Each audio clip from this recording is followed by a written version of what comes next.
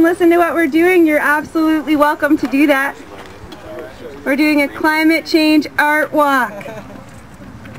So at each of the sculptures we're talking about climate change and its impact. And let's just think again about the fact that we're participating in a global event, that Windsor is on the map of those cities and those countries participating in this effort to raise awareness. So the next sculpture that we'll do is called Tembo by Doug Hayes.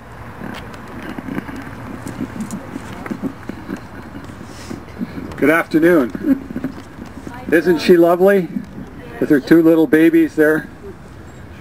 The African elephant is the largest living terrestrial animal alive today.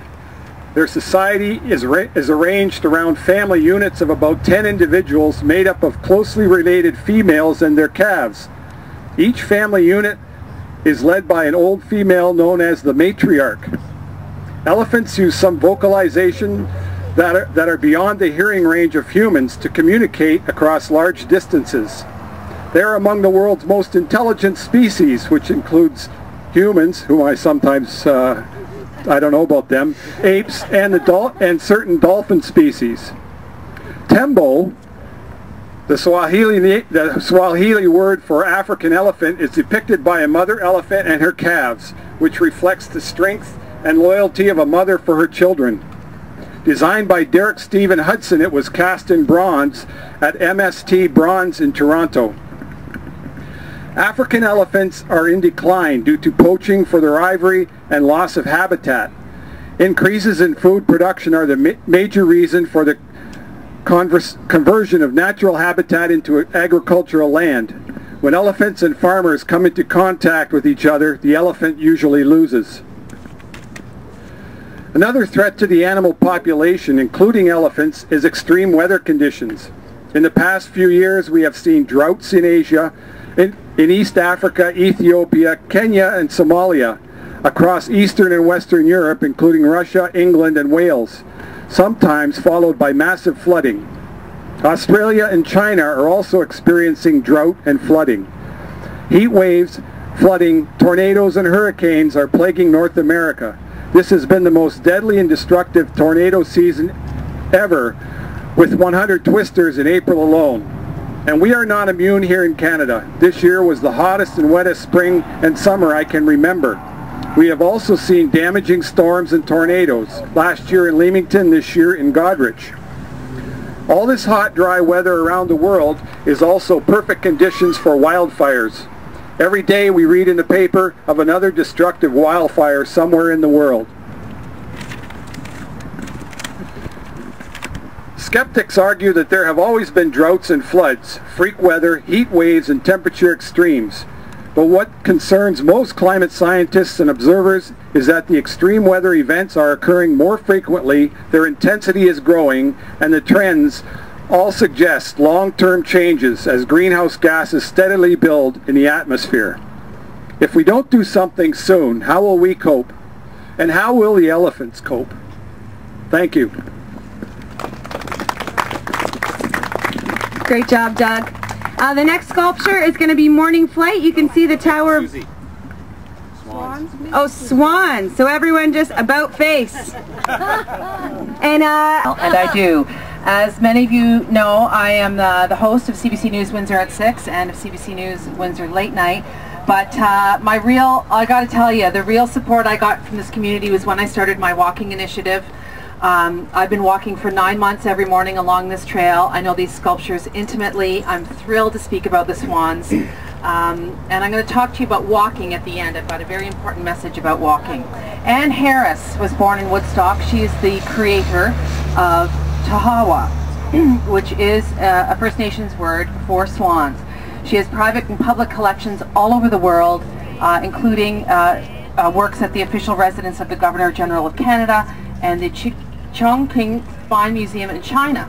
So China, Ottawa, here in Windsor, I love it. Now, in a very literal way, what I love about this is she was trying to find some sort of tension between the grace of a swan and its strength, showing that tension between those two qualities, and she really captured it here.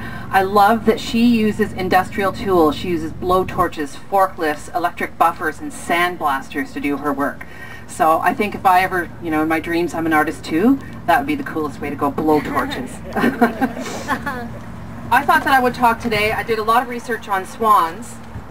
I thought I would just tell you about one group of swans and their story. Hundreds of swans, due to spend the winter in the UK, are staying put in Siberia because climate change has made the region warm enough to remain.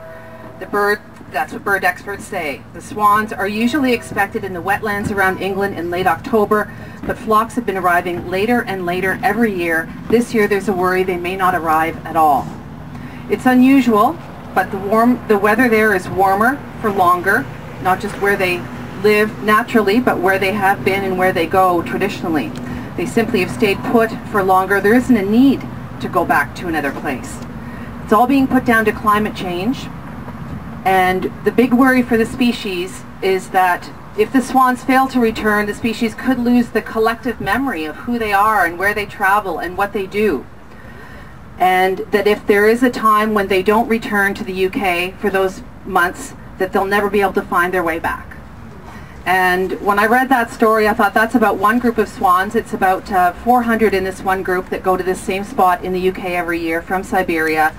And I got to thinking about a world without swans, a world without that grace of a swan, one of the most beautiful creatures there could ever be. Many of the species of swans are at risk, including this group that I just talked about. So here's to the swan for sure.